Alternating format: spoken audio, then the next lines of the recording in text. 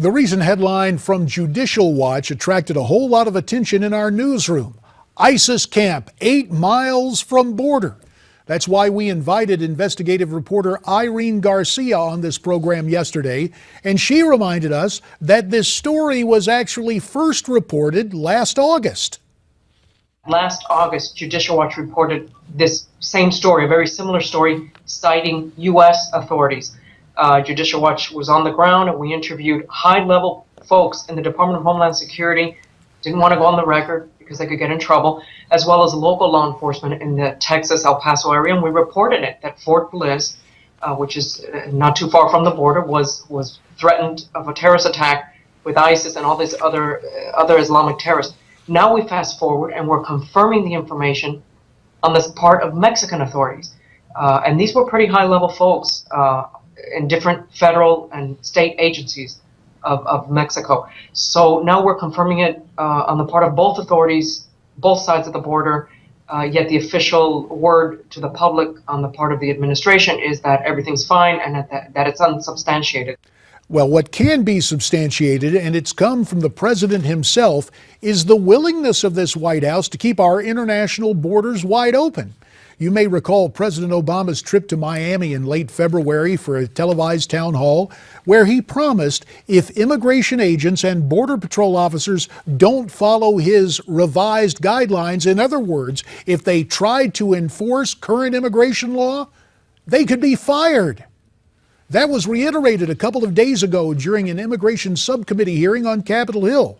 My friend and former colleague from Arizona, Trent Franks, questions Sarah Saldana, the Director of Immigration, Customs, and Enforcement.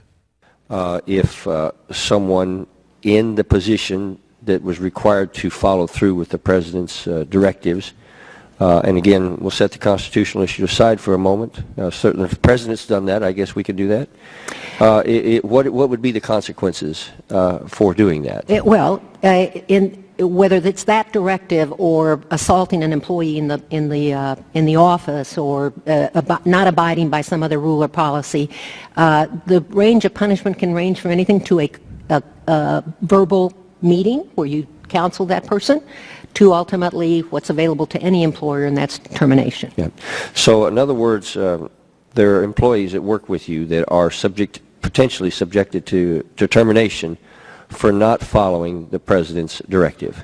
So the President has issued a directive changing the imperative. Instead of allowing those charged with protecting our borders to do their jobs, Mr. Obama wants them to serve as a taxpayer-funded welcome wagon for illegals.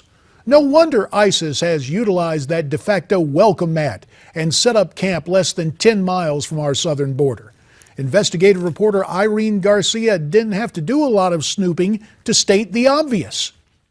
It's downright scary and alarming, and it certainly threatens national security.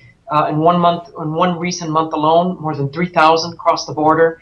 And if these really are just innocent young children trying to get into the United States, how are they crossing in? If a young child can cross in, then certainly these criminal elements can cross in. And I'm not talking just about Islamic terrorists. The drug cartels are also notoriously violent. They've teamed up with street gangs in this country. So this is just what's going on is just out of control, totally. What is totally incredible is the way major media have ignored this story for the most part. Seems the establishment press is more than happy to lend credence to the hollow assurances that come from the Department of Homeland Security. Then again, those same Homeland Security officials at this time yesterday would have told us the air defenses around D.C. were impenetrable. And then, of course, that gyrocopter landed on the Capitol lawn. The sad fact is everybody knows our borders are wide open, including ISIS. That's a real problem and a real threat. And that's the way I see it. Now a note on what you will see next week. Next week only, America's Forum will air beginning at 11 a.m. Eastern, 8 o'clock in the West. Make a note of that time change for next week, and in the days to come, some other exciting schedule changes to report. For now, see you tomorrow. Stay brave, stay free, stay tuned.